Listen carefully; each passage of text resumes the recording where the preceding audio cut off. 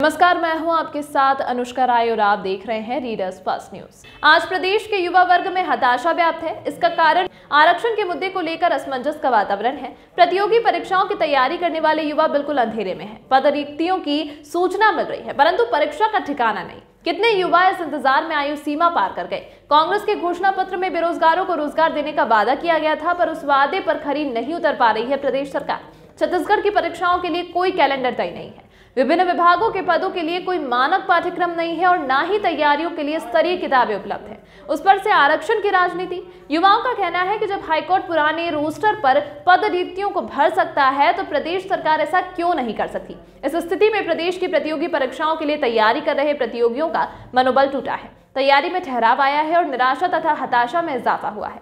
एक किंकर्तव्य विमूढ़ता की स्थिति निर्मित हो रही है। ऐसी स्थिति में रीडर्स फर्स्ट ने रायगढ़ की अग्रणी कोचिंग संस्था और मार्गदर्शक शेखर से चर्चा की। पेश है उनसे वार्तालाप के प्रमुख अंश। जो भी वैकेंसी निकली उसमें रोस्टर का या आरक्षण का बहाना बना करके चीज़ों को स्थगित रखा गया। यह स्थिति बेरोजगारों में, युवाओं में हताशा पैदा कर रही है और उन्हें निराश कर रही है। उनकी जो तैयारियों का एक टेम्पो बना हुआ था वो टूट गया और छात्रों में ये बात फैल गई कि इस तरह से पढ़ने से क्या फ़ायदा जब हमें कहीं नौकरी लगनी ही नहीं है। कई छात्रों की उम्र निकल गई और उसमें भी बहुत सारे किंतु परंतु लगे हुए हैं। तो ये जो अभी वर्तमान स्थिति है, तो इसमें युवाओं के लिए क्या पॉजिटिव, क्या सकारात्मक संदेश हो सकता है, इस मुद्दे पर बात करने के लिए हम यहाँ पे आए हुए हैं। एजुकेशन हब के जो संचालक हैं उनके पास आए हुए हैं और आइए उनसे मिलते हैं और जानते हैं कि ऐसी स्थिति में युवाओं को क्या करना चाहिए। सर, हमारे चैनल में आपका बहुत बहुत स्वागत है। आपने पहले भी हमें बहुत अपना अमूल्य समय दिया हुआ है और अभी इस विषम परिस्थिति में हम चाहेंगे कि युवाओं के लिए आप कुछ सकारात्मक संदेश दें ताकि उनकी निराशा कम हो, हताशा कम हो। आपका कहना वाजिब है और ऐसा है कि कमी आई है रोजगारों की दृष्टि से अगर देखा जाए, ये निसंदेह सत्य बात है। बेरोजगारी भत्ता का एक घोषणा भी हुआ और ये बड़ा रोचक है कि चुनावी वर्ष के दौरान आप कह सकते हैं ये घोषणा हुई है, जबकि बेरोजगारी जो है कोविड के दौरान चरम पर रही। तो ये था कि ये थोड़ा पहले हो सकता था, पर अभी अगर देखें, भविष्य देखें छात्रों का, तो छात्रों की संख्या, सरकारी नौकरी की तैयारी करने वाले खास तौर पे, उनकी संख्या में बहुत कमी है। और ये हम संचालित करते हैं संस्थान, तो ये हम भी महसूस कर रहे हैं कि छात्र जो है उत्साह से अब तैयारी नहीं कर पा रहे हैं और इसके पीछे का बड़ा कारण है भर्तियों का लगातार प्रभावित होना, लंबे समय तक वैकेंसी निकलने के बाद भी परीक्षा का ना होना।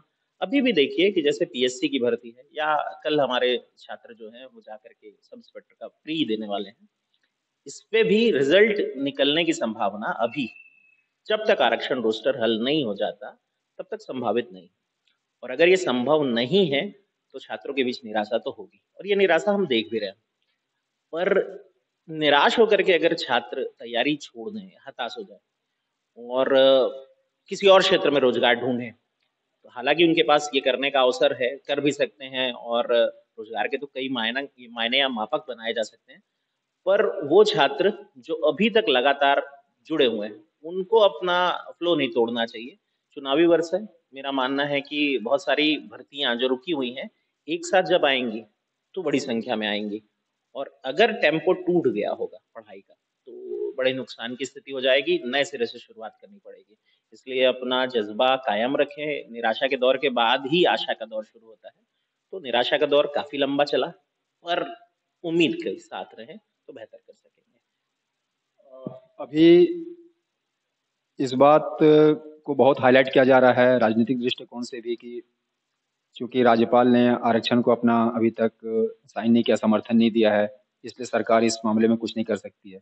लेकिन हम अभी पीछे पलट के महीने भर ही पहले देखें तो हाईकोर्ट में बहुत सारी वैकेंसियां थी और उन्होंने पुराने रोस्टर से ही उसमें नियुक्तियां की हैं। तो क्या यह सरकार ऐसा नहीं कर सकती थी अभी? जी बिल्कुल, एकदम वाजिब कहा है आपने। सरकार को भर्तियों में पुराने रोस्टर का पालन करना चाहिए था। छात्र इसके लिए तैयार हैं, राजनीति को परे रखते हैं। छात्रों के अगर मन की बात कहें तो छात्र इस चीज के लिए तैयार हैं कि भर्तियां लगातार होती रहें। अगर भर्तियां लगातार होती रहती, काफी सारे पद हैं जो रिक्त हैं, इन पदों के लिए भर्तियां निकलती, तो जिस छात्र ने तैयारी शुरू की है वो किसी न किसी विभाग पे अपने आप को पदस्थ पाता। भर्तियों का अनवरत जारी रहना आवश्यक था, भले पुराने रोस्टर से ही सही। जब आरक्षण के विवाद हल हो जाते तो हम नए रोस्टर से नई भर्तियां देख सकते थे, पर जब तक ऐसा नहीं होता तो माननीय हाईकोर्ट जैसा डिसीजन ली है कि पुराने रोस्टर को अपनाना, छात्र तो इसके खिलाफ नहीं थे। और इस चीज का मैसेज माननीय मुख्यमंत्री जी को, हमारे यहाँ से शिक्षा मंत्री जी को समझना चाहिए था कि छात्रों के मन की बात क्या है। असल में हमको चाहिए कि आप लगातार एक एक कैलेंडर जारी करें, एग्जाम कैलेंडर रहे, छात्रों को पता हो कि इस वर्ष कितनी भर्तियां परीक्षा होनी है, उन भर्ती परीक्षा के लिए उनके पास तैयारी का कितना समय है। एक बड़ी विडंबना यहाँ ये है कि सिलेबस नहीं मिल पाता है। जैसे कि सब इंस्पेक्टर भर्ती परीक्षा ही लेते हैं हम, प्री का सिलेबस जारी होने के बाद छात्रों के पास तैयारी करने के लिए बड़ा कम समय था। मुख्य परीक्षा का सिलेबस अब तक नहीं है छात्रों के पास। तो सिलेबस हो, एक एग्जाम कैलेंडर हो, जैसे यूपीएससी जारी करती है, अन्य स्टेट में होता है, तो छात्रों को पता हो कि इतनी भर्ती आने वाली है, इस विभाग की भर्ती आने वाली है। छात्र विभाग का चयन कर सकेगा, अपने इंटरेस्ट का चयन कर सकेगा, अपने अप्स एंड डाउन्स अपने सिलेबस के अकॉर्डिंग वो प्रिपेयर कर सकेगा। और मेरा मानना है अगर ऐसा सुविधा छात्रों को एक बार मिल जाए, किसी भी सरकार को ये सोचना चाहिए कि छात्रों के साथ ऐसा हो कि उनके पास एक एग्जाम कैलेंडर तो हो ही हो, एक प्लानर होना चाहिए उनके पास कि अपने आने वाले 1 साल या 1.5 साल वो किस दिशा में प्लान करे। दिशा विहीन होकर के तैयारी करना बहुत संकटपूर्ण हो जाता है छात्रों के लिए, और हम जैसे संचालकों के लिए भी, कि हम आखिर किस चीज की तैयारी करवा रहे हैं बच्चों को, ये जवाब दे पाना हमारे लिए मुश्किल हो जाता है। और सिलेबस इतना बड़ा है, इतना वास्ट है कि बच्चे बट जाते हैं इससे। और वो एक इंटरेस्ट वाली जो पढ़ाई होती है, जैसे कोई रेलवे की तैयारी करना चाह रहा है तो उसे पता है कि मुझे रेलवे में ये चीजें पढ़नी है, पर छत्तीसगढ़ के संदर्भ में ये जानकारी का अभाव है कि कौन से विभाग से किस तरह के सिलेबस की क्वेश्चन पूछे जाएंगे। वो विज्ञान पर ज्यादा जोर दे, वो गणित पर ज्यादा जोर दे, इतिहास पढ़े या संविधान पढ़े। तो यहाँ इस चीजों का जो ऐसी स्थिति है जो कि आप कह सकते हैं कि ना इधर चलते बन रहा है ना उधर चलते बन रहा है। छात्रों को इस दुविधा का दूर होना चाहिए, और इसका सबसे सरल सटीक हल है एक एग्जाम कैलेंडर बने, सिलेबस समय पर छात्रों को मिल जाए। इससे बड़ा कोई घोषणा शायद अभी कोई मंत्री, कोई सरकार नहीं कर सकेगी। ये होना चाहिए। आपने छात्र हित में बहुत ही बेसिक मुद्दे की बात कही है, और निश्चित रूप से ये छात्रों के हित में बहुत बेहतर होता। तो ये पॉलिसी मेकिंग की समस्या तो अपनी जगह है, और अब हमें लगता नहीं है कि ये 1 साल के अंदर इसमें कुछ सुधार होने वाला है।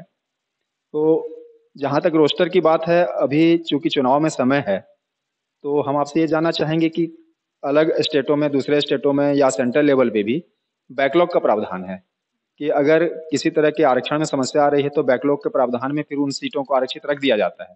तो क्या यहाँ पे इस तरह की व्यवस्था लागू नहीं की जा सकती है? बिल्कुल, बैकलॉग का नियम भी है और पुराने रोस्टर का नियम भी है। और जैसा कि मैं पहले भी जिक्र किया कि छात्र इस चीज से खिलाफ नहीं है इसके कि आप पुराने रोस्टर से भर्ती करें। छात्रों का रुझान बढ़ेगा, उनका इंटरेस्ट बढ़ेगा कि लगातार परीक्षा होंगी, तो उनका जो एक पढ़ाई को लेकर के एक आशान्वित रहते हैं, भविष्य को लेकर आशान्वित रहते हैं, वो लगातार जारी रहेगा। ये उनको ध्यान रखना चाहिए, हमारी सरकार को, हमारे नीति निर्माताओं को।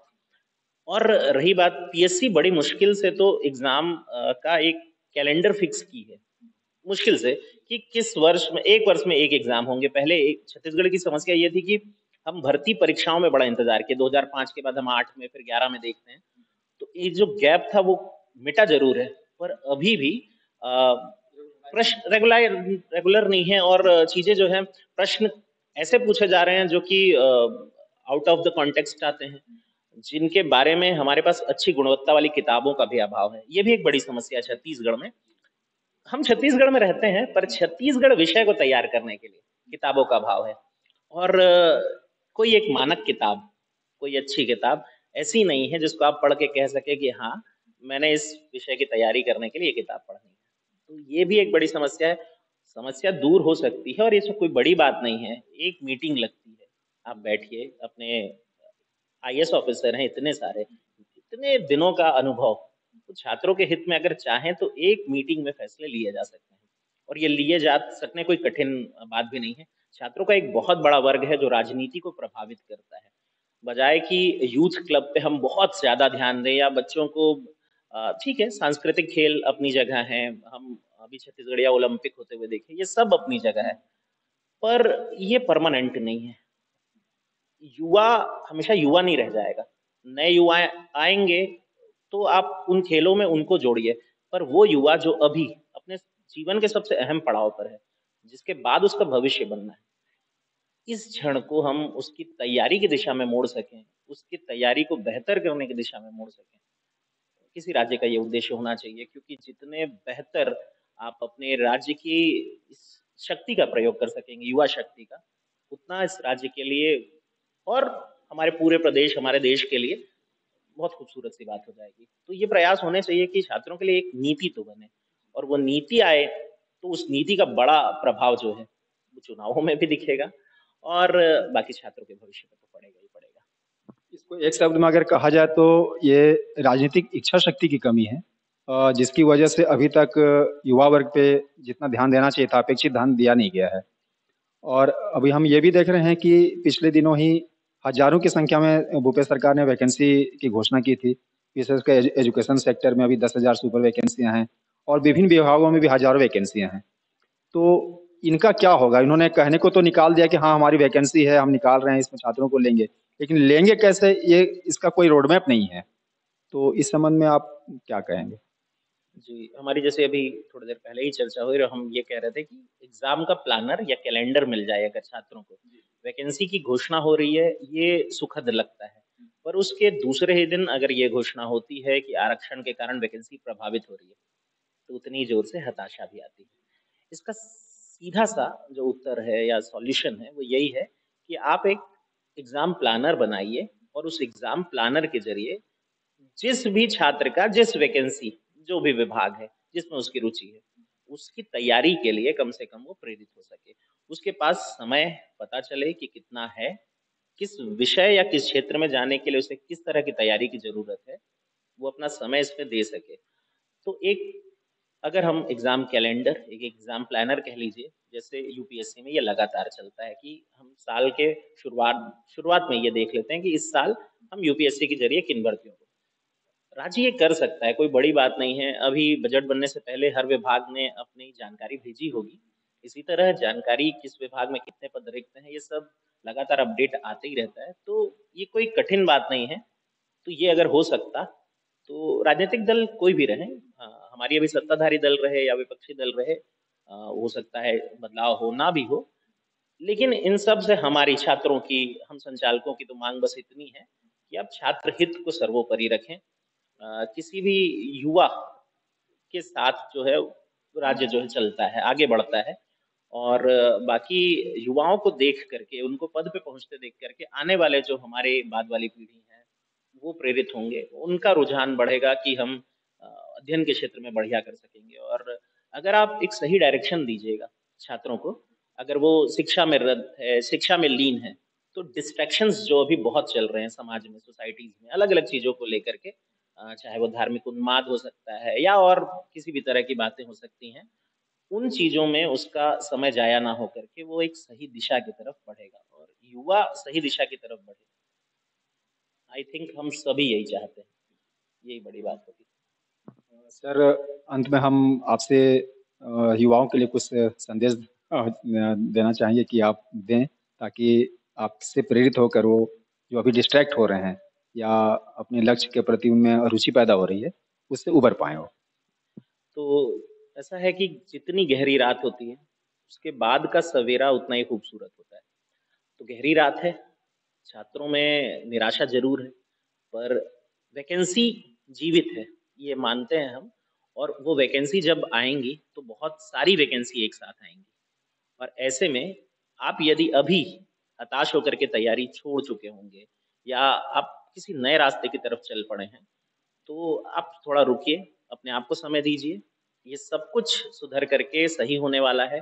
लेकिन अगर आपने अभी अपनी तैयारियों पे ब्रेक लगा दिया, भविष्य के लिए अभी से चिंतित नहीं हुए, अपनी तैयारियों को रोक दिया है अगर आपने, तो वो जारी रखें, क्योंकि जब वैकेंसी आएंगी तो समय नहीं मिलेगा। सब इंस्पेक्टर में छात्रों के साथ ऐसा ही हुआ, छात्र हताश होकर के तैयारी छोड़ चुके थे, और आनंद फानंद में जब परीक्षा की घोषणा हुई तो मेरी जानकारी के ऐसे भी छात्र हैं जो खबर सुन के बेहोश हो गए थे।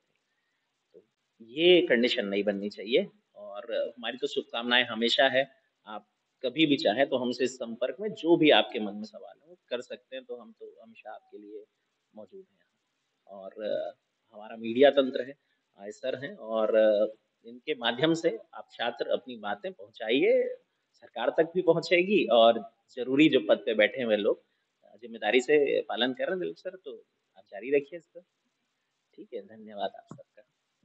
थैंक यू मिस्टर शेखर, आपने बहुत ही अमूल्य बातें छात्रों के लिए हित में बताई हैं और हमारे चैनल को समय देने के लिए आपका बहुत बहुत धन्यवाद।